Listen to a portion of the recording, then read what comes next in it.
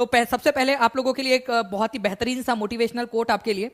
The best preparation for good work tomorrow is to do good work today. क्या आप लोग इस चीज को मानते हो फ्रेंड्स? अगर आप लोगों को अच्छे कल के लिए अच्छे काम की प्रिपरेशन करनी है तो सबसे बेस्ट पता है क्या होता है? आज जो आप बेस्ट कर सकते हो ना वो दीजिए अपना। क्योंकि अगर आप ये सोच रहे हो कि कल आप अच्छा काम करोगे या बेहतर करोगे, ठीक है, तो वो कल भी तो आज बनकर ही आएगा। और जो आज है वो पिछले वाले कल के लिए भी तो कल था आपका। तो जिंदगी तो यूं ही गुजरती जा रही है, लहरें आ रही है और लहरें जा रही है, ठीक है, दिन आ रहे हैं दिन जा रहे हैं। जो करना है ना वो इसी मोमेंट में करना पड़ेगा। अभी मेहनत करनी पड़ेगी क्योंकि ये वाला पल पिछले वाले पल के लिए भी आने वाला पल था। और यही पल, ठीक है, के लिए आप सोच रहे थे पिछले पल में कि अच्छा करेंगे करके। तो जो करना है वो अभी करना पड़ेगा आप लोगों को। तो अभी से जो है फ्रेंड्स बेहतर जो है अपने आप को बनाना स्टार्ट कीजिए। जो आप लोग कर रहे हो, जो डेली लेक्चर्स आप लोग देख रहे हो, अच्छे से दिन ब दिन अपने आप को इंप्रूव कर रहे हो, यही चीज होती है अपने आप को बेहतर बनाने के लिए। जैसे कल रात में मैंने आप लोगों को जो चीजें सिखाई थी, आयरलैंड की कैपिटल, जैसे अभी ये डबलिन पूछ रहे थे यहाँ पर में, है ना, आयरलैंड की कैपिटल और ये सारी की सारी चीजें। तो फ्रेंड्स ये जो छोटी छोटी चीजें जो प्रिपरेशन आप लोगों की हो रही है, जो आप सीख रहे हो, वियना कन्वेंशन, ठीक है, बता दीजिए। अभी जो भी बच्चे कल रात में थे, मुझे नहीं लगता कि कोई भी बच्चा भूला होगा कि वियना कन्वेंशन किस चीज से डील करता है। 1985 में इतना रिवीजन किया है हम लोगों ने। तो अपने आप को अभी से जो है बेहतर बनाना स्टार्ट कीजिए आप सभी लोग। ओके, चलिए तो हम लोग आगे बढ़ते हैं यहाँ पर मैं फ्रेंड्स पहले क्वेश्चन के साथ में। आप लोगों को बताना है, एनसीईआरटी बेस्ड क्वेश्चन है, भारत में पहली कपास मिल कहाँ स्थापित हुई थी और कब हुई थी ये भी बता दीजिए आप लोग, क्योंकि ये भी क्वेश्चन अपने आप में एक इंपॉर्टेंट है। ईयर भी बताना है आप लोगों ने। ओके, चलिए आंसर करते जाइए सभी लोग कमेंट में। और एक बार फ्रेंड जितने भी लोग यहाँ पर मैं देख रहे हैं, जिन लोगों ने भी अभी तक सेशन को लाइक नहीं किया वो प्लीज जल्दी जल्दी से लाइक कर देंगे। जिन्होंने लाइक कर दिया उन सभी लोगों का बहुत बहुत धन्यवाद फ्रेंड्स, अपना मोटिवेशन देने के लिए। यहाँ पर मैं जहाँ भी आप लोग शेयर कर सकते हो, टेलीग्राम, फेसबुक, व्हाट्सएप, इंस्टाग्राम, जितने भी टेलीग्राम ग्रुप से सब जगह पे शेयर कर देंगे जल्दी जल्दी से। और जो लोग भी अपने व्हाट्सएप के पे लगाते हैं स्टेटस वगैरह के ऊपर में, उनका भी बहुत बहुत शुक्रिया फ्रेंड्स आप लोगों का। चलिए तो आंसर क्या हो जाएगा फ्रेंड्स इस क्वेश्चन का? भारत में पहली कपास मिल कहाँ स्थापित हुई थी? बॉम्बे में हुई थी। और कब हुई थी? ये क्वेश्चन जब मैंने आप लोगों से पूछा है तो आप लोगों ने याद रखना है फ्रेंड्स कि 1854 के अंदर में हुई थी आपकी, ठीक है, 1854 में। तो आंसर आपका ऑप्शन नंबर बी हो जाएगा। भारत के अंदर में जो पहली कपास मिल है, ठीक है, कावस जी नाना भाई दावर, ठीक है, ये याद रखना है आप लोगों ने। कावस जी नाना भाई दावर के द्वारा जो है 1854 के अंदर में बॉम्बे में स्टार्ट की गई थी पहली कॉटन मिल। ओके, बॉम्बे के अंदर में। और काफ़ी सारे पारसी जो ट्रेड पर्सन्स थे, जो पारसी गुजराती बिजनेसमैन थे, उन लोगों ने बॉम्बे में, गुजरात के कई सारे इलाकों के अंदर में बहुत सारी 1850 से 1860 के बीच में फिर धीरे धीरे धीरे धीरे काफ़ी सारी कॉटन की मिल्स बनाना स्टार्ट कर दिए थे, ठीक है। तो ये याद रखेंगे आप लोग। तो आप लोगों को ये भी थोड़ा सा आप लोग याद रख सकते हो फ्रेंड्स कि कावस जी नाना भाई दावर जो थे, इन्होंने सबसे पहली बार जो है 1854 में बॉम्बे में स्पिनिंग मिल या फिर आप लोग बोल सकते हो कॉटन मिल की शुरुआत की थी। चलिए इस क्वेश्चन का आंसर जिसने कर डाला उसकी लाइफ झिंगा लाला। बताओ इस क्वेश्चन का आंसर क्या होगा आपका? एस्टेट का क्वेश्चन आंसर डिस्कस करवा देते सर, आंसर की आ गई है नीतू कुमारी जी। चलिए बिल्कुल मैं करवा दूंगा। आपके पास में जितने भी लोग हैं, जिन्होंने एस्टेट के पेपर्स दिए हैं और उनकी आंसर की उन लोगों के पास में अगर आ गई है तो प्लीज़ आप लोग care@teachingparisha.com के ऊपर में भेज देंगे।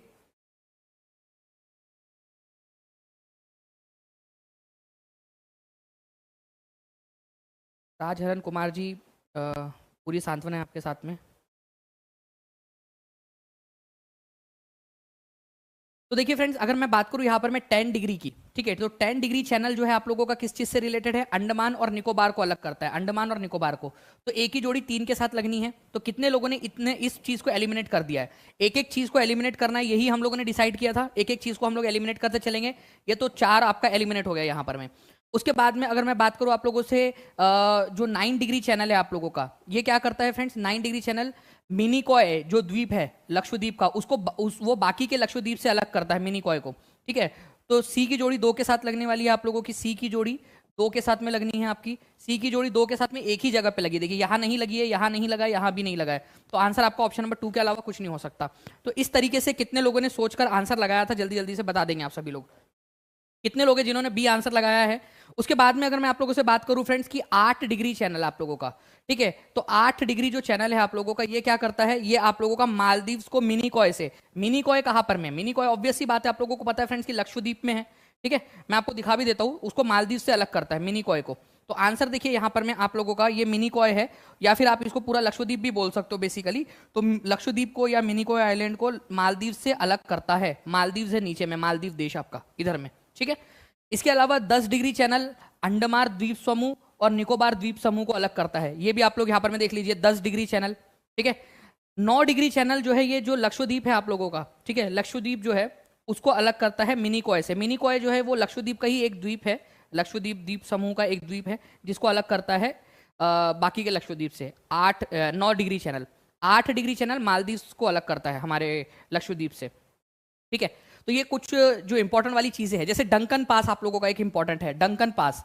देखिए फ्रेंड, डंकन पास की अगर मैं बात करूं आप लोगों को, तो यहाँ पर मैं डंकन पास दिखाई दे रहा है आप लोगों को, ये एक लाइन दिखाई दे रही है, इसको बोलते हैं डंकन पास, ये भी बड़ा इंपॉर्टेंस है आप लोगों का। यहाँ पर में लिटिल अंडमान है और ये है मिडिल अंडमान आप लोगों का। तो ये याद रखेंगे आप लोग फ्रेंड्स कि लिटिल अंडमान को ग्रेटर अंडमान या फिर जो आप लोगों का मिडिल अंडमान है उससे जो है सेपरेट करता है डंकन पास, ठीक है। मैं आप लोगों को यहाँ पर पूरी लिस्ट भी दिखा देता हूँ। मालदीव और मिनी कॉय या फिर जो लक्षद्वीप है उसके बीच में आपका 8 डिग्री चैनल है। लक्षद्वीप या फिर आप लोग बोल सकते हो कावारती जो है उसको मिनी कॉय से अलग करता है 9 डिग्री चैनल।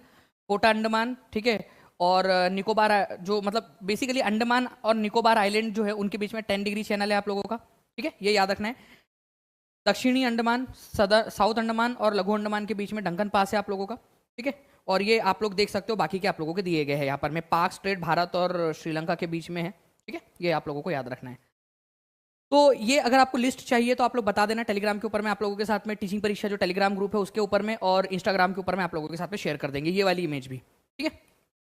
नेक्स्ट क्वेश्चन की तरफ में आगे बढ़ते हैं। खान बहादुर खान और कुंवर सिंह ने 1857 के विद्रोह का नेतृत्व कहां पर में किया था? दोनों का रिस्पेक्टिवली आप लोगों ने बताना है।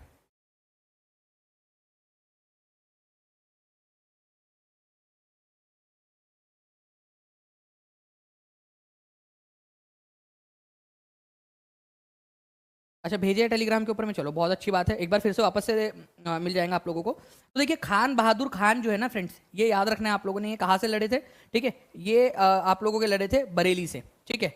और कुंवर सिंह जो है, ठीक है, ये बिहार आरा जो जगदीशपुर है, ठीक है, वहां से लड़े थे ये याद रखना है आप लोगों ने, कुंवर सिंह 1857 की लड़ाई में। तो खान बहादुर खान बरेली से, ये याद रखना है आप लोगों ने। और कुंवर सिंह, ठीक है, और इन जो अमर सिंह है, ठीक है, इन लोगों ने आरा से लड़ाई लड़ी थी। कुंवर सिंह जो है ये ओल्ड जमींदार थे जगदीशपुर के, और आरा से लड़ते हुए सेंट्रल इंडिया के अंदर में इन्होंने कदम बढ़ाए थे और फिर बाद में इनकी लड़ते लड़ते मृत्यु भी हो गई थी। तो खान बहादुर खान बरेली, कुंवर सिंह आरा, 1857 का विद्रोह। नाउ फ्रेंड्स यहाँ पर मैं आप लोग देख सकते हो कि बरेली से कौन लड़ा था? खान बहादुर खान ने। अच्छा, इनके विद्रोह, इनको दबाया किसने था? ठीक है, इनके विद्रोह को किसने दबा दिया था या इनको लड़ते लड़ते किसने हरा दिया था? ठीक है, कैंपबेल ने, ये याद रखना है आप लोगों ने। उसके बाद में फ्रेंड्स अगर मैं आप लोगों से बात करूं बिहार के अंदर में, ठीक है, आरा के अंदर में कुंवर सिंह को किसने हराया था? William Taylor. ये सभी लोग लिखो, सभी लोग जल्दी से, ठीक है। बिहार के अंदर में, आरा के अंदर में विलियम टेलर ने हराया था इनको। अब बात आती है आप लोगों की ग्वालियर और झांसी की। तो झांसी और ग्वालियर से जो है फ्रेंड्स बेसिकली रानी लक्ष्मीबाई लड़ रही थी। झांसी की रानी जो है वो लड़ते लड़ते ग्वालियर चली गई थी, जहां पर में इनकी मृत्यु हुई। तो रानी लक्ष्मीबाई की मृत्यु कहां पर में हुई थी? लक्ष्मीबाई की मृत्यु ग्वालियर में हुई थी एक्चुअल में। किसने हराया था उनको? जनरल ह्यू रोज ने, ठीक है, ह्यू रोज, जनरल ह्यू रोज, इन्होंने हराया था। और एक बात आप लोगों को बताऊं मैं, ह्यू रोज ने एक बार कहा था कि जितने भी लोग यहाँ पर में मरे हैं ना, जितने भी लोग लड़े थे, उन सारे मर्दों में अगर कोई सबसे ज्यादा मर्दानी थी, ठीक है, जो एक्चुअल में लड़ने के केस में बोल रहे थे, तो ह्यू रोज ने कहा था कि रानी लक्ष्मीबाई थी। तो आप लोगों से क्वेश्चन बनता है कि किसने कहा था कि रानी लक्ष्मीबाई जितने भी पुरुष लड़े हैं उनमें सबसे ज्यादा जो है यहाँ पर में शौर्यवान थी? तो ह्यू रोज ने कहा। तो हमने इसको ऐसे याद रखा हुआ है कि रानी लक्ष्मीबाई को रोज पसंद था, गुलाब का फूल पसंद था, ऐसा रख लीजिए। ये भी पूछा जाता है कि रानी लक्ष्मीबाई को किसने हराया था? ह्यू रोज ने हराया था। रानी लक्ष्मीबाई की तारीफ किसने की थी? ह्यू रोज ने की थी, क्योंकि ऑब्वियस ही बात है, वो लड़ रहा था तो वही तारीफ करेगा ना। ऐसा थोड़ी ना कि टेलर जाके वहां पर में तारीफ करके आएगा उनकी। अरे भाई, जो लड़ रहा था, जिसने लड़ते हुए देखा वही तारीफ करेगा उनकी, ठीक है। तो ये याद रखना है आप सभी लोगों ने फ्रेंड्स कि रानी लक्ष्मीबाई, ये क्वेश्चन आ चुका है एक्चुअल में एग्जाम के अंदर में, ठीक है, और पूछते भी है। और मैंने पहले भी आप लोगों को रोज का एग्जांपल दिया था कि रानी लक्ष्मीबाई को रोज पसंद है, ऐसा समझ लेना आप लोग, गुलाब पसंद है करके। अब वैसे रोज की स्पेलिंग अलग है, लेकिन यहाँ पर मैं आप लोग याद रखने के लिए कर सकते हो उसको थोड़ा सा, ठीक है। तो झांसी और ग्वालियर से रानी लक्ष्मीबाई की मदद कर रहे थे तांत्या टोपे, जो कि आपके नाना साहेब जो है उनके जनरल हुआ करते थे, ठीक है। नाना साहेब ने ही भेजा था रानी लक्ष्मीबाई की मदद करने के लिए उनको। प्लीज इसको थोड़ा सा याद रखना आप लोग, और भी हम लोग क्वेश्चंस के थ्रू इसको याद करेंगे। जल्दी जल्दी से लाइक एंड शेयर करते रहेंगे आप सभी लोग, ताकि मेरे को ऐसे ही आप लोगों को और भी बहुत सारी चीजें बताने का मोटिवेशन मिलता रहे। 1025 ईस्वी में सोमनाथ मंदिर पर किसने आक्रमण कर उसकी लूटपाट की थी? तो 1025 के अंदर में किसने सोमनाथ मंदिर पर आक्रमण किया था, ये आप लोग बताएंगे। तो मोहम्मद गौरी, महमूद गजनी, चंगेज खान, नादिर शाह। तो फ्रेंड्स आप लोगों ने ये चीज को याद रखना है कि महमूद गजनी जो है इसने हमला किया था, ठीक है। महमूद गजनी ने सोमनाथ मंदिर के ऊपर में, ओके।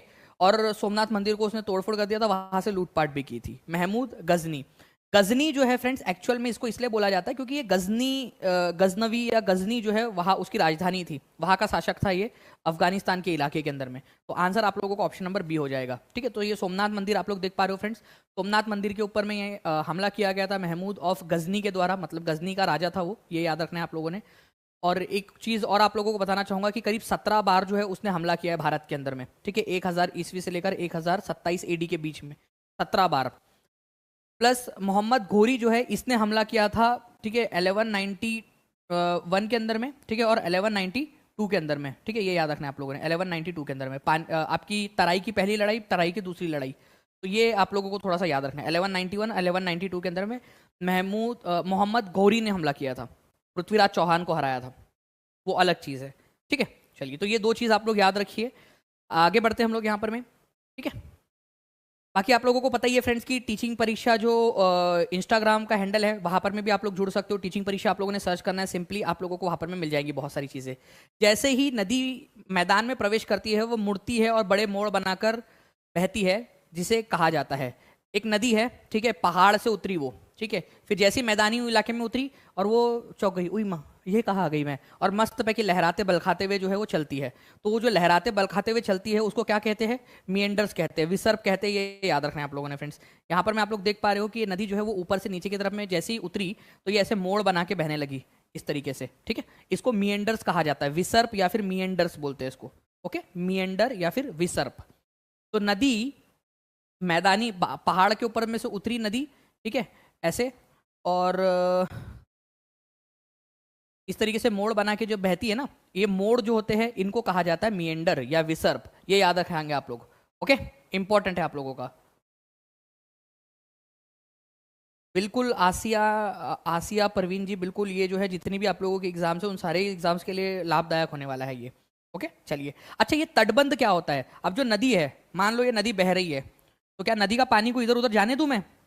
नदी का जो पानी है जो बह रहा है, तट होने चाहिए कि नहीं होने चाहिए नदी को? आप लोग खुद इमेजिन करो, इमेजिन करो कि नदी का तट ही नहीं है, तो नदी का पानी तो इधर जा रहा है, कभी उधर जा रहा है, ठीक है। तो जो तट उठा हुआ जो एरिया होता है तट का, उसको तटबंध या लीवीज कहा जाता है, ये याद रखना है आप लोगों ने, ठीक है। लीवीज। फ्लड प्लेन मतलब जहां पर में जब भी बाढ़ आती है और नदी का पानी जहां जहां तक फैल जाता है, ठीक है, उस एरिया को जो है फ्लड प्लेन बोलते हैं। फ्लड प्लेन, बाढ़ का मैदान, जहां जहां पर में नदी का पानी बाढ़ के मदद से जाता है। और डेल्टा मतलब होता है आप लोगों का, ठीक है, डेल्टा का मतलब होता है जब नदी अपने आखिरी चरण पर होती है, ठीक है, और वो समुद्र में मिलने वाली होती है, तो छोटे छोटे स्ट्रीम्स में टूट जाती है। तो ये जो एरिया होता है ना, इसको डेल्टा बोलते हो आप लोग। जब नदी आखिरी चरण पे समुद्र से मिलने से पहले अलग अलग छोटे छोटी स्ट्रीम्स में टूट जाती है, उसको डेल्टा कहा जाता है। और आपको पता है सबसे बड़ा डेल्टा कौन बनाता है पूरी दुनिया का? सबसे बड़ा, दुनिया का सबसे बड़ा डेल्टा कौन बनाता है? जल्दी बताइए आप लोग। जी बिल्कुल, शुभम यादव जी। जैसे मैंने कहा कि सारी एग्जाम्स में काम आएगा, तो आपको झारखंड पीजीटी में भी काम आएगा। और आपको पता है कि झारखंड अभी जो कल पेपर मुझे किसी ने भेजा है यहाँ पर में, आई थिंक पुष्पा जी ने भेजा है, ठीक है, मोहित कुमार जी ने भी भेजा है। तो वो जो पेपर्स है उसके अंदर में मैंने देखा काफ़ी सारे क्वेश्चन तो वही है जो हम लोगों ने पढ़े थे, ठीक है। चलिए, ये क्वेश्चन का आंसर कीजिए आप लोग। भारतीय राज्यों और उनके संस्थापकों के संबंध में निम्नलिखित में से कौन सा युग्म सही है? कौन सा वाला सही है ये बताना है आप लोगों ने। Which of the following pairs are correctly match regarding Indian states and their founders. अब देखिए यहाँ पर में जो है फ्रेंड्स, आई थिंक आप लोगों के जो ऑप्शंस है वो मिसिंग है, लेकिन कोई बात नहीं, आप लोग जो है फ्रेंड्स बिना ऑप्शन के भी आंसर लगा सकते हो, ऐसी मुझे उम्मीद है, ठीक है। बिना ऑप्शंस के भी आप लोग यहाँ पर में आंसर लगा पाओगे। जल्दी जल्दी से बताइए इसका आंसर क्या होगा आप लोगों का, ठीक है। कौन कौन से सही है ये बता दीजिए। अवध की स्थापना किसने की थी? क्या शुजा-उद-दौला ने की थी अवध की स्थापना? हैदराबाद की स्थापना निजामुल मुल्क आसफ जहां ने? और बंगाल की स्थापना जो है मुर्शिद कुली खान ने। तो देखिए फ्रेंड्स, आप लोगों को पता होना चाहिए कि जैसे जैसे मुगल सल्तनत वीक होती गई, पहले क्या था, मुगल सल्तनत का शासन था, जैसे जैसे मुगल वीक होते गए, जो उनके गवर्नर्स या फिर उनके जो सूबेदार वगैरह हुआ करते थे, उन लोगों ने क्या किया, अपने अलग राज्य बनाने स्टार्ट कर दिए। तो हैदराबाद जो है यहाँ पर में दक्षिण के अंदर में हैदराबाद राज्य की स्थापना की थी आसफ जहां ने, ये बिल्कुल सही है आप लोगों का, ठीक है। बंगाल जो है वो धीरे धीरे किसके नेतृत्व में अलग हुआ, मुर्शिद कुली खान के नेतृत्व में धीरे धीरे अलग हो गया, ठीक है। ये आप लोगों ने याद रखना है बंगाल। लेकिन अगर मैं अवध की बात करूं तो अवध जो है यहाँ पर में अवध जो है वो शुजा-उद-दौला नहीं, ठीक है, सआदत खान नाम था उनका, सआदत खान, ठीक है, सआदत खान उनका नाम था। सआदत खान जो थे उनके नेतृत्व में ये अलग हुआ था। तो आप लोगों का जो है फ्रेंड्स यहाँ पर में आप लोग इस ऑप्शन को, यहाँ पर में ऑप्शंस आने चाहिए थे 2 एंड 3, 1 एंड 2, तो वो आप लोगों को याद रखना था। तो 2 एंड 3 यहाँ पर में सही है आप लोगों का, ठीक है। तो अवध की स्थापना जो है वो सआदत खान ने की थी मुगल सल्तनत से अलग होकर, ठीक है, अवध की स्थापना, ये आप लोग याद रखोगे। उसके बाद में अगर मैं आप लोगों से बात करूं बंगाल की स्थापना किसने की, तो मुर्शिद कुली खान ने की थी, सभी लोग लिखेंगे यहाँ पर में मुर्शिद कुली खान।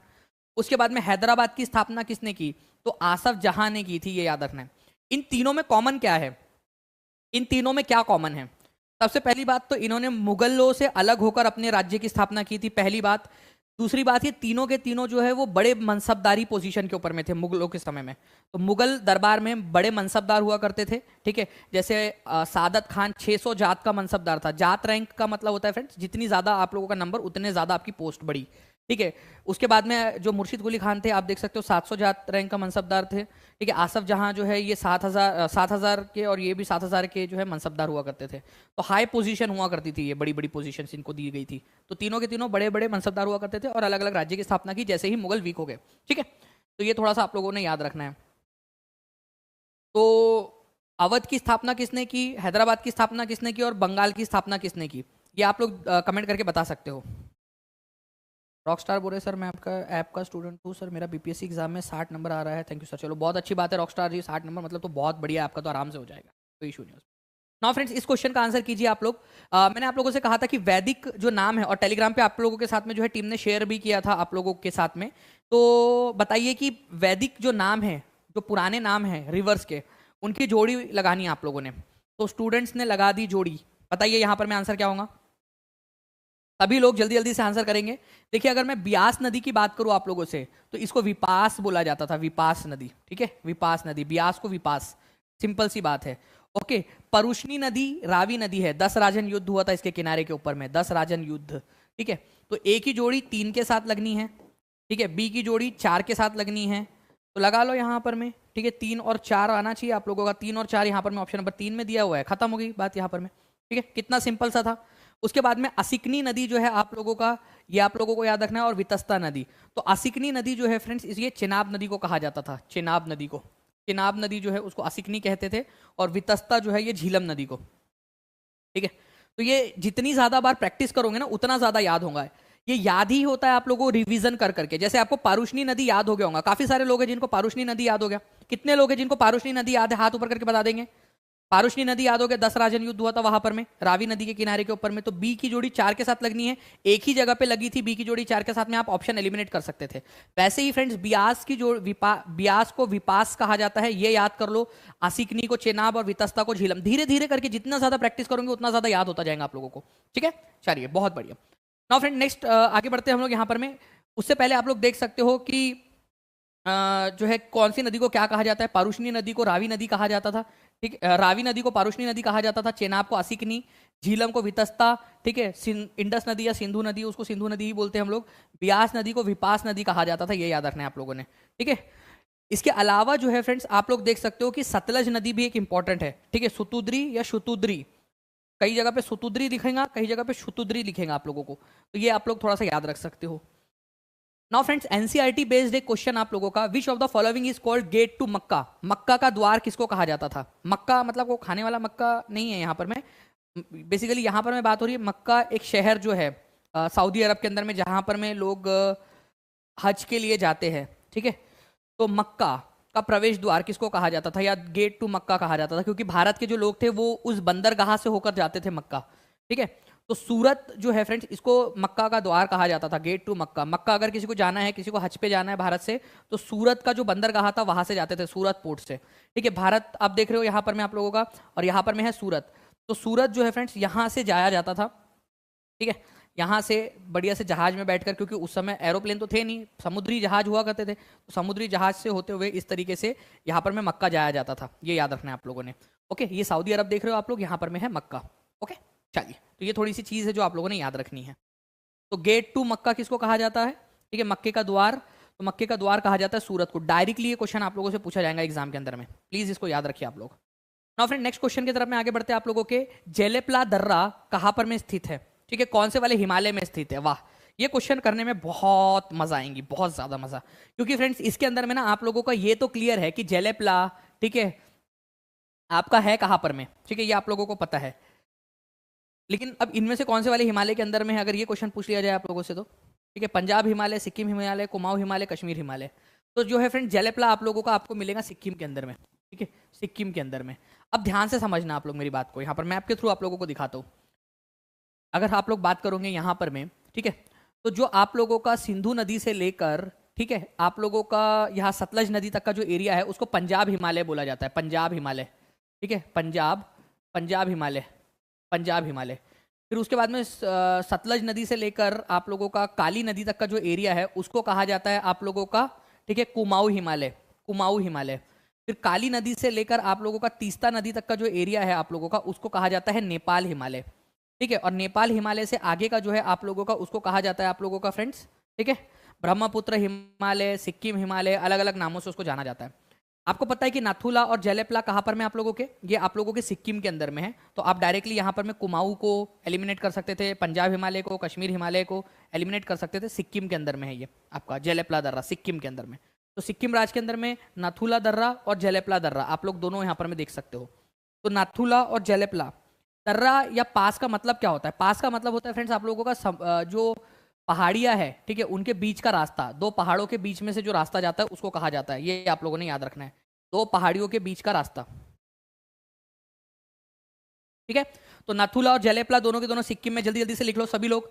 जेलेपला और नाथुला दोनों के दोनों सिक्किम में है। सभी लोग लिख देंगे कमेंट बॉक्स के अंदर में, एक एक बच्चा यहाँ पर में लिख देगा। ठीक है, चलिए, और लाइक भी करते चलो यार, इतने सारे लोग देख रहे हैं, जल्दी जल्दी से लाइक का बटन भी दबाते चलेंगे आप सभी लोग। ठीक है, चलिए, तो जेलेपला और नाथुला। लास्ट में पूछूंगा मैं आप लोगों से, विच of the following is the largest tributary of Indus river? Sindhu नदी की सबसे बड़ी नदी कौन सी है? ठीक है, सबसे बड़ी सहायक नदी। सबसे बड़ी सहायक नदी का मतलब क्या होता है? सबसे बड़ी का मतलब होता है फ्रेंड जो सबसे ज्यादा पानी लेकर आती है। अगर आपको लेंथ बोलना होता उसको, तो ऑब्वियस सी बात है वो आप लोगों से बोला होता कि सबसे लंबी सहायक नदी कौन सी है। लेकिन यहां पर मैं वो क्या बोल रहा है, सबसे बड़ी सहायक नदी कौन सी है, सबसे बड़ी वाली सहायक नदी। ठीक है, तो ये याद रखना है आप लोगों ने फ्रेंड्स कि सबसे बड़ी जब सहायक नदी यहां पर मैं पूछा है आप लोगों से, ओके, तो सबसे बड़ी वाली कौन सी होंगी आपकी? तो चेनाब नदी जो है फ्रेंड सबसे ज्यादा पानी लेकर आती है। सिंधु नदी के अंदर में सबसे ज्यादा पानी कौन देती है? चेनाब नदी देती है। इसी वजह से आंसर आप लोगों का हो जाएगा ऑप्शन नंबर बी। अगर आपसे सबसे लंबी वाली पूछा होता, सबसे लंबी, ठीक है, सबसे लंबी कौन सी है भाई लोग, तो सबसे लंबी जो है वो आप लोगों को लगाना था सतलज नदी। ठीक है, सतलज नदी जो है आप लोगों की, ठीक है, सतलज नदी जो है आप लोगों की सबसे लंबी सहायक नदी है। तो प्लीज इसको याद रखना है आप लोगों ने। ओके, मैं आपको यहाँ दिखा भी देता हूँ, ये है चेनाब नदी आप लोगों की। चेनाब नदी जो है फ्रेंड्स ये याद रखना है सबसे ज्यादा पानी लेकर आती है, सबसे ज्यादा पानी चेनाब नदी लेकर आती है। लेकिन अगर सबसे लंबी सहायक नदी पूछता तो सतलज होता आपका, सबसे लंबी वाली सहायक नदी। तो सबसे ज्यादा पानी या सबसे बड़ी सिंधु की सहायक नदी चेनाब नदी है, सबसे लंबी वाली बोले तो सतलज है। तो दोनों के दोनों आप लोग लिख लो जल्दी जल्दी से कमेंट बॉक्स में। सिंधु की सबसे बड़ी सहायक नदी, सबसे बड़ी लार्जेस्ट और लॉन्गेस्ट, दोनों में फर्क है। अगर लॉन्गेस्ट बोलेगा तो आंसर क्या लगाओगे आप लोग? चलो एक बार फिर से लिख दो। ठीक है, लॉन्गेस्ट ट्रिब्यूटरी कौन सी है, ये अगर आपका होता तो आंसर क्या लगाते, ये आप लोग लिख दो, फिर से लिख दो यार, कोई बात नहीं है। रिवीजन जो है वही आप लोगों को आगे बढ़ाती है, ये याद रखना है आप लोगों ने। ठीक है, चलो आगे बढ़ते हैं फ्रेंड्स। आप लोगों का साइमन कमीशन भारत में प्रथम बार कब आया था? तो साइमन कमीशन ने भारत में प्रवेश कब किया था, ये आप लोगों से पूछा जा रहा है, सबसे इंपॉर्टेंट वाली चीज। ठीक है, भारत में प्रवेश कब किया था साइमन कमीशन ने? तो साइमन कमीशन जो है फ्रेंड्स इसका निर्माण कब हुआ था ये भी पूछा जाता है। तो इसका निर्माण या इसको जो फाउंड किया गया था आप लोगों का, बनाया गया था, ये था आपका नवंबर, ठीक है, 1927 के अंदर में। लेकिन ये भारत कब आया इंडिया के अंदर में? तो ये इंडिया में आया था आप लोगों का फ्रेंड्स, ठीक है, फरवरी 1928 के अंदर में। ठीक है, फरवरी 1928 में। तो ये भी आप लोगों को याद रखना है। आंसर आप लोगों का हो जाएगा option number D. Simon commission को क्यों भेजा गया था? साइमन कमीशन को भेजा गया था government of India act, government of India act जो था आप लोगों का, ठीक है, 1919, इसकी जांच करने के लिए।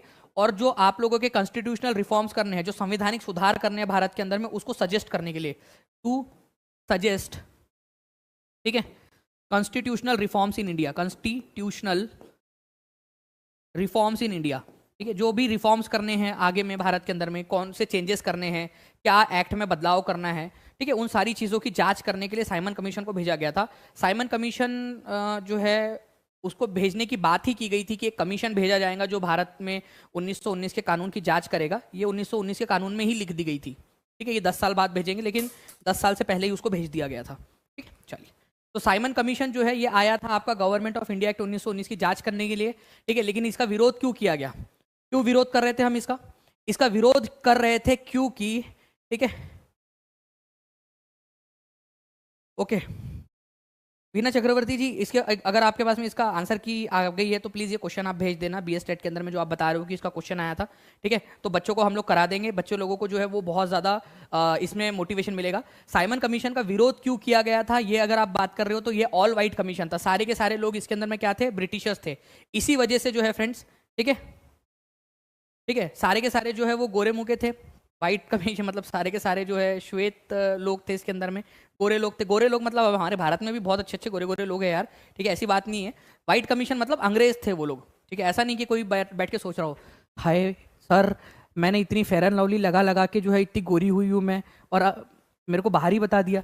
नहीं, वो वाले गोरे नहीं, यहाँ पर मैं वाइट का मतलब है आप लोगों का सारे के सारे अंग्रेज थे। कोई भारतीय गोरा है तो होने दो यार, हम लोग गोरे लोगों में भेदभाव नहीं करते हम लोग। तो गोरे लोग, जितने भी गोरे लोग हैं, आप लोगों ने घबराना नहीं है, हम भेदभाव बिल्कुल नहीं करेंगे, ठीक है, हम गोरे लोगों के साथ कोई भेदभाव नहीं करते, ठीक है, गोरे लोगों को भी हम सब लोग अपना ही मानते हैं। हम मेजोरिटी लोग काले हैं यार हमारे भारत के अंदर में, तो चलता है अपना ही कहा, ठीक है, अब मेजोरिटी अपनी है, गोरे लोग काले लोगों की है, ठीक है। चलिए, तो श्वेत आयोग कहा गया था, ये याद रखना है आप लोगों ने, ठीक है। श्वेत मतलब सारे के सारे लोग इसमें अंग्रेज थे, इस वजह से इसका विरोध किया गया था, कोई भी भारतीय नहीं था उसमें। कृष्णराज सागर बांध जो है वो आपका कौन से नदी के ऊपर में है और कौन से राज्य में है, ये भी आप लोग बता देंगे मेरे को। स्टेट भी बता दीजिए जल्दी जल्दी से, कौन से राज्य में।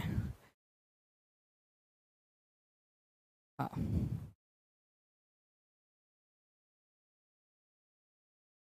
आपका रंग गेहुआ है। गेहुआ क्या होता है, ठीक है, कोई बात नहीं, हमको मतलब काले होने में कोई बुराई थोड़ी है। यशोमती मैया से बोले नंद लाला, ठीक है, राधा क्यों गोरी मैं क्यों काला। तो चलिए, कृष्णराज सागर बांध जो है फ्रेंड्स आप लोगों का, ये आप लोगों को याद रखना है, कावेरी नदी के ऊपर में है कृष्णराज सागर बांध। और अगर आप लोगों से राज्य पूछा जाए तो कर्नाटका के अंदर में, ये याद रखना है आप लोगों ने, कर्नाटका में। इसी नदी के ऊपर में तमिलनाडु के अंदर में भी एक बांध बनाया गया है। पहले जो है यहाँ पर में कृष्णराज सागर बांध आपका कर्नाटक में आपको मिलेगा, फिर ये नदी जब तमिलनाडु में जाती है तो यहाँ पर में एक मेट्टूर बांध और बनाया गया है, मेट्टूर बांध, मेट्टूर डैम। तो मेट्टूर डैम भी जो है कावेरी नदी पर है, लेकिन वो तमिलनाडु के अंदर में है। मैप के थ्रू भी हम लोग देखने की कोशिश करते हैं आप लोगों का, तो मैप के थ्रू अगर आप लोग देखोगे फ्रेंड्स तो कावेरी नदी जो है आप लोगों की, ठीक है, कावेरी नदी, उसके ऊपर में बनाया गया आप लोगों का कृष्णराज सागर डैम, ठीक है। यहाँ पर में आप देख लीजिए कृष्णराज सागर डैम, और जैसे ही तमिलनाडु में एंटर करोगे, ठीक है, यहाँ से तमिलनाडु आप लोगों का स्टार्ट हो गया, ठीक है, यहाँ से तमिलनाडु। तो तमिलनाडु के अंदर में यहाँ बनाया गया मेट्टूर डैम। तो कृष्णराज सागर डैम कर्नाटक वाले साइड में है, कर्नाटक वाले साइड में, और मेट्टूर डैम जो है आप लोगों का, ठीक है, मेट्टूर डैम जो है ये बनाया गया है तमिलनाडु वाले साइड के अंदर, मेट्टूर डैम, ठीक है। तो दोनों के दोनों याद रखना है, इंपॉर्टेंट है आपका, क्योंकि मेट्रो डैम वाला क्वेश्चन जो है वो यूपीटेट पेपर 1 में भी आ चुका है, काफी सारे और भी एग्जाम्स में आया हुआ है, एसएससी वगैरह के एग्जाम्स में आया हुआ है, तो प्लीज इसको याद रखेंगे आप सभी लोग, ओके। चलिए, देखिए बाकी के जो इंपॉर्टेंट वाले डैम्स है आप लोगों के, वो भी आप लोग देख सकते हो। बहुत शुक्रिया कंचना शर्मा जी, कंचन शर्मा जी, ओके। तो देखिए आप लोगों का भवानी सागर डैम तमिलनाडु में है, भवानी नदी के ऊपर में, ठीक है। तुंगभद्रा डैम, तुंगभद्रा नदी के ऊपर में। रिहान डैम, रिहान नदी के ऊपर में, उत्तर प्रदेश के अंदर में, ठीक है। इसके अलावा जो है फ्रेंड्स आप लोग देख सकते हो यहाँ पर में मैथुन डैम आप लोगों से बोला गया है, कहाँ पर में है, तो मैथुन डैम जो है ये बाराकर नदी में है, झारखंड में, ठीक है, बाराकर नदी पे। तो जितने भी लोग झारखंड वाले प्लीज इसको थोड़ा सा याद रखना आप लोग। कोयना डैम, ठीक है, कोयना डैम जो है कोयना नदी के ऊपर में ही बना है। कोयना नदी कृष्णा नदी की सहायक नदी है, ये याद रखेंगे आप सभी लोग। ये आप देख सकते हो मेट्टूर डैम के बारे में आप लोगों से बोला गया है। मेट्टूर डैम कहाँ पर है, मेट्टूर डैम तो कावेरी नदी पर है। कृष्णराज सागर डैम आप लोग देख सकते हो कावेरी नदी के ऊपर में। आपका इंदिरा सागर डैम आप मध्य प्रदेश नर्मदा के ऊपर में बनाया गया है। इस तरीके से भी आपको इसको याद रखना है सारे लोगों ने, ठीक है। अच्छा, भाखड़ा नांगल डैम कहाँ पर में, चलो मेरे को यहाँ से चीटिंग करके बताओ आप लोग, भाखड़ा नांगल डैम कौन सी नदी के ऊपर में बनाया गया है? सभी के सभी लोग यहाँ पर में जो है आप लोग कोई जिन लोगों को याद है वो लोग डायरेक्ट लिखेंगे, जिनको याद नहीं है वो लोग चीटिंग करके लिख देंगे यहाँ पर में कमेंट बॉक्स में। और टेहरी डैम जो है वो कौन से राज्य में है और कौन सी नदी के ऊपर में बनाया गया ये भी लिख देंगे, क्योंकि ये बहुत ज्यादा इंपॉर्टेंट वाले पॉइंट्स है। लिख दो यहाँ पर में आप सभी लोग।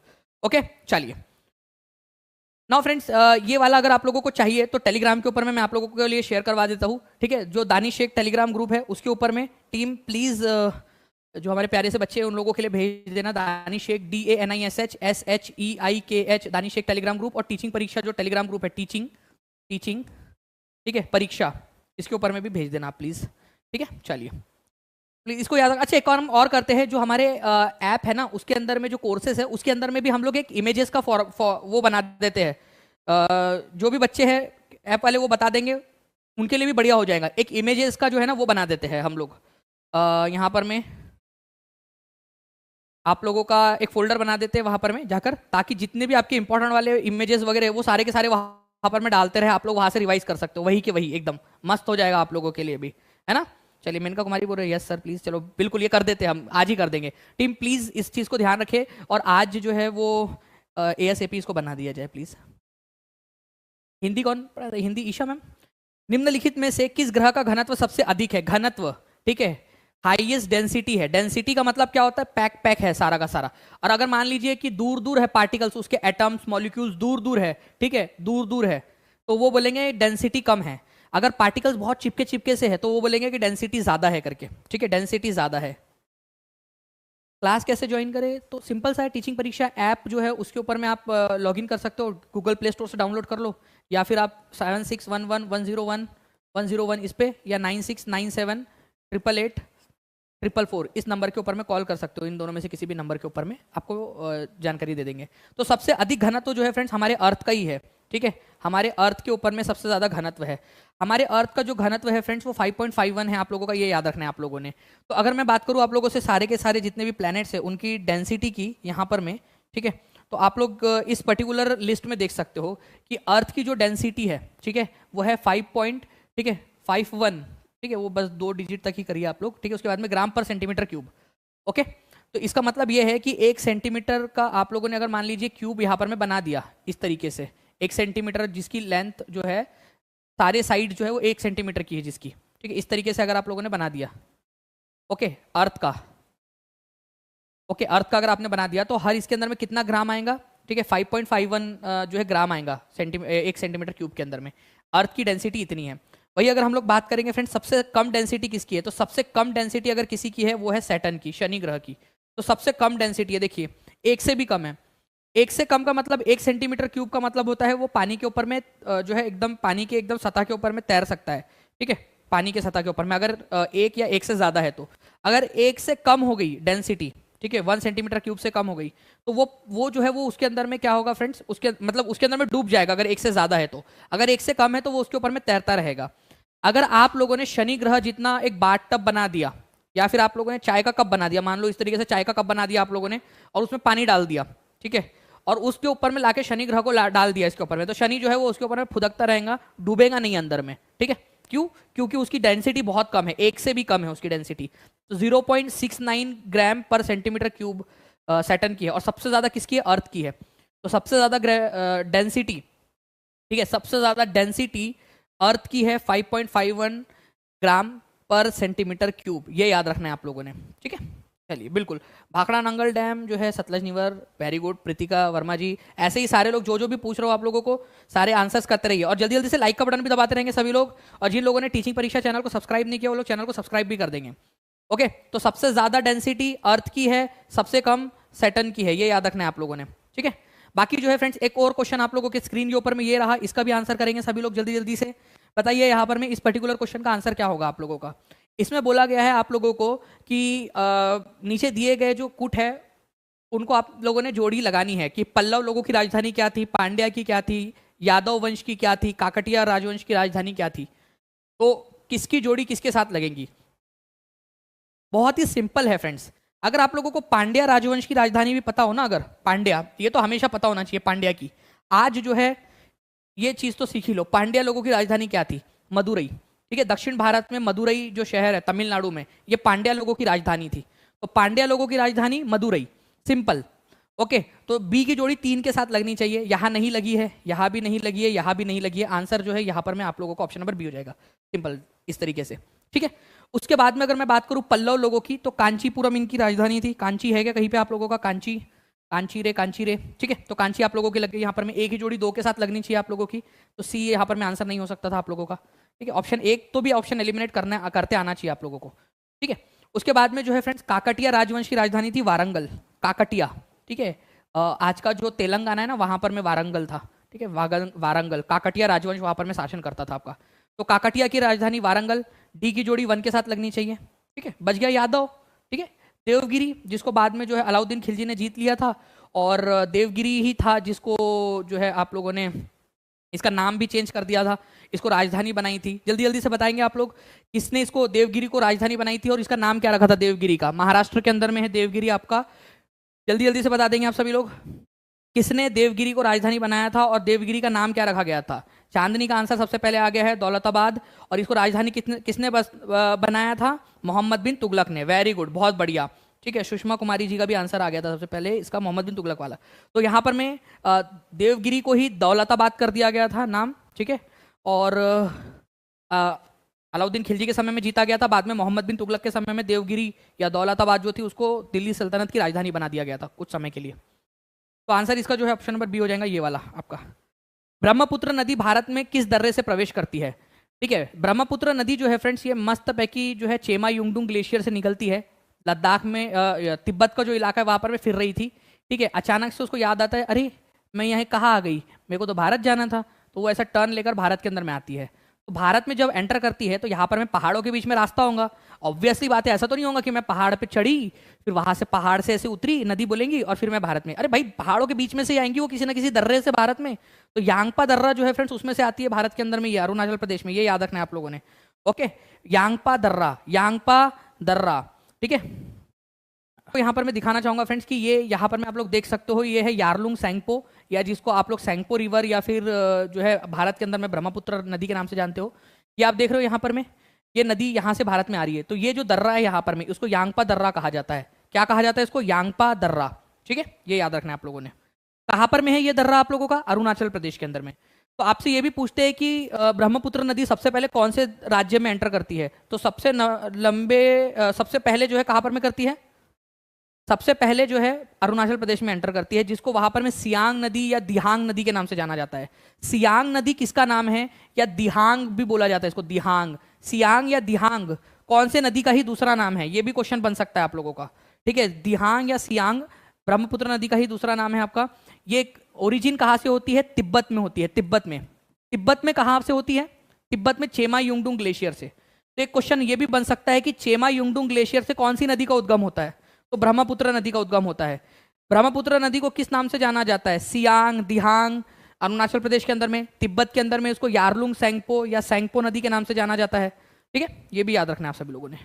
चलिए, भारत में भारतीय मानक मध्याह्न रेखा निम्नलिखित में से किस राज्य से होकर नहीं गुजरती है? आपको पता है भारत की स्टैंडर्ड मेरिडियन कौन सी है? 82 डिग्री 30 मिनट ईस्ट। कितने लोगों को ये याद है ये नंबर? ठीक है, यहां पर मैं मान लीजिए हमारा भारत है। ठीक है, इस तरीके से।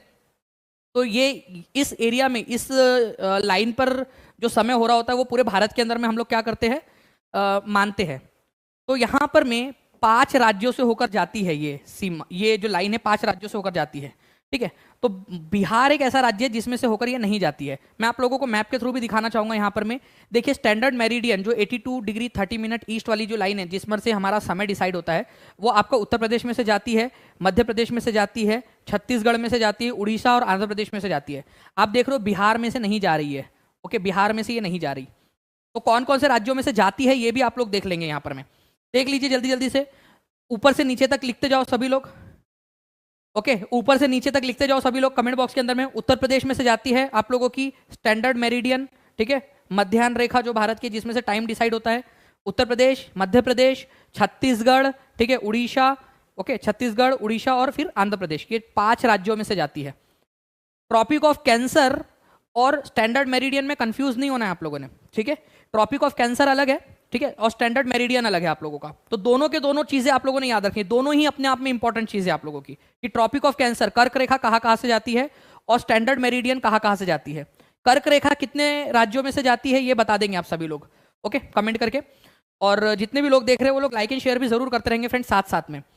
इस पॉइंट को देखिए आप लोगों ने जो है जो शेड्यूल्स है, ठीक है, और जो लिस्ट वगैरह उनके बारे में हम लोगों ने बात की थी।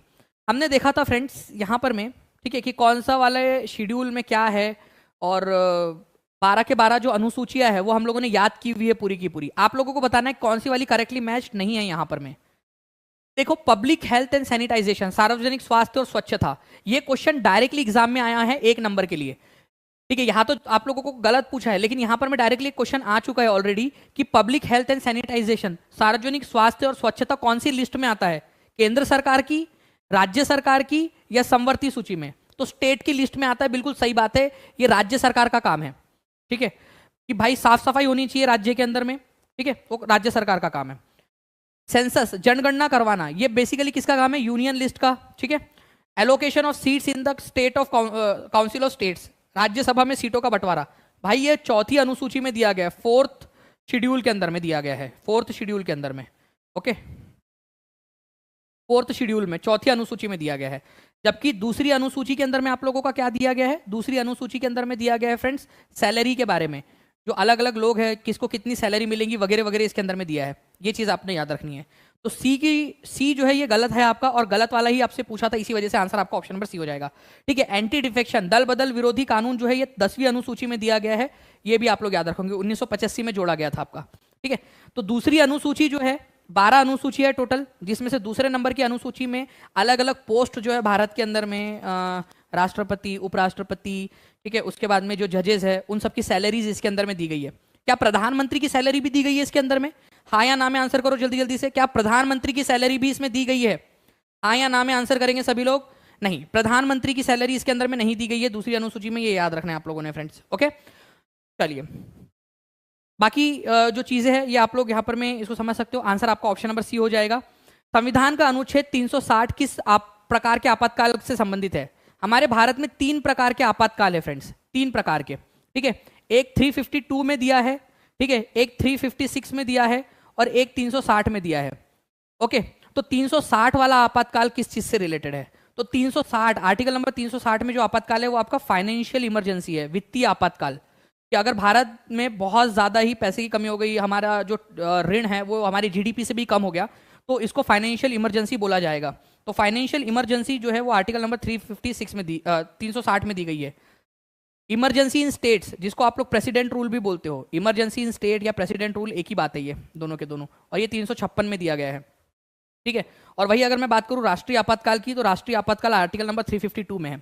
अच्छा, ये आपातकाल से रिलेटेड जो शेड्यूल है वो कौन सा है बता सकते हो क्या? शेड्यूल, ठीक है, शेड्यूल या आप लोगों का पार्ट, ठीक है, कौन सा भाग है संविधान का? 25 भाग है, और 25 के 25 भाग आपको पढ़ाया है मैंने, भाग नंबर कितना है या पार्ट नंबर कितना है।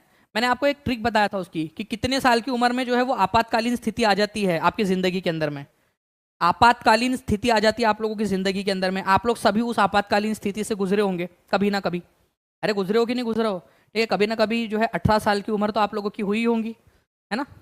काफ़ी सारे चेंजेस होते हैं आप लोगों के उसमें, हार्मोन्स के लेवल पे, बॉडी के लेवल में काफ़ी सारे चेंजेस आते हैं। आपातकालीन स्थिति होती है वो भी, मान लो अगर उसमें संभाला ना जाए तो बहुत ज़्यादा गड़बड़ भी हो जाती है यहाँ पर में आप लोगों का, है ना।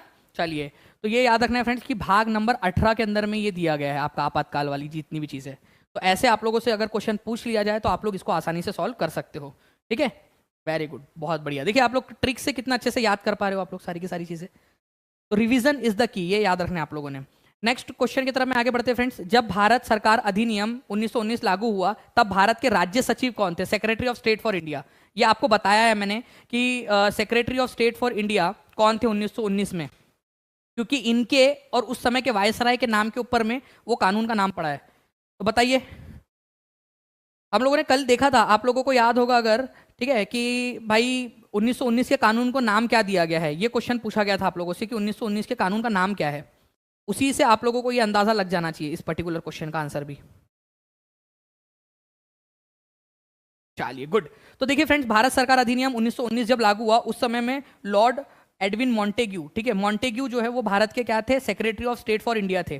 ठीक है, लॉर्ड चैम्सफोर्ड उस समय में भारत के वायसराय थे, वायसरॉय। ठीक है, वायसरॉय।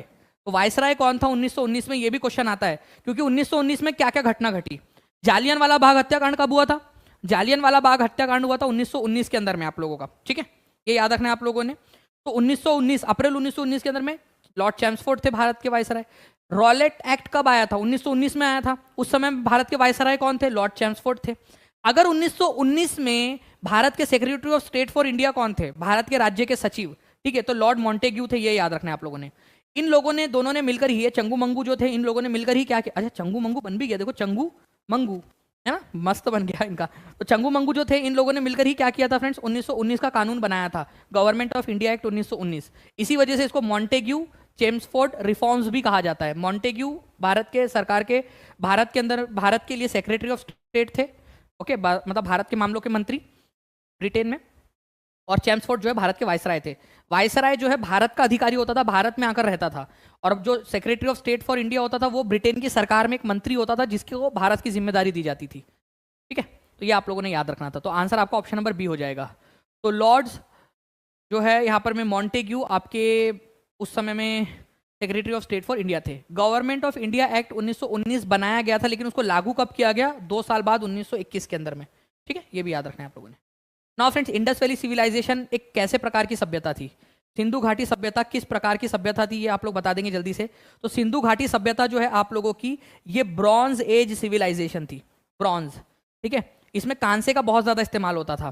कांसे का मतलब होता है फ्रेंड्स आपका एक ऐसा एलॉय, ठीक है, एलॉय या मिश्र धातु, मिश्र धातु एलॉय, या फिर आप लोगों का मिश्र धातु, ठीक है, मिश्र धातु आप लोगों की, जिसके अंदर में आपका कॉपर होता है, कॉपर, ठीक है, कॉपर और टिन को मिलाया जाता है। ठीक है, तांबा और टिन इसके अंदर में मिलाया जाता है, तांबा, ठीक है, तांबा और टिन जो है वो मिलाया जाता है, और ये बन जाता है आपका ब्रॉन्ज।